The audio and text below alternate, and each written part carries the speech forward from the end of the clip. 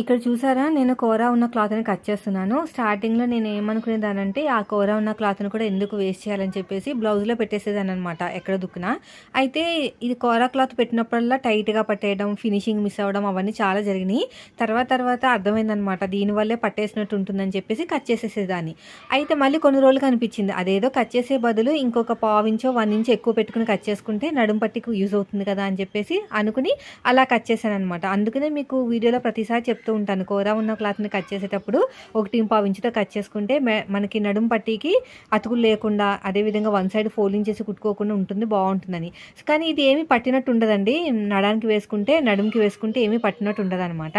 అలా చేయటం వల్ల మనకి క్లాత్ అనేది బాగా సేవ్ అవుతుంది. చిన్న చిన్న టిప్స్ అనుకుంటాం కానీ దానివల్ల చాలా యూజ్ అవుతాయండి. ఫస్ట్ నాకు ఎంత బ్లౌజ్ తీసుకున్నా కూడా సరిపోయేది కాదు, కానీ ఇప్పుడు ఎంత తక్కువ పీస్ తీసుకున్నా కూడా సరిపోతుంది, పర్లేదు. అంత మరీ ఫెయిల్ అయ్యేటట్టు అయితే రావట్లేదు.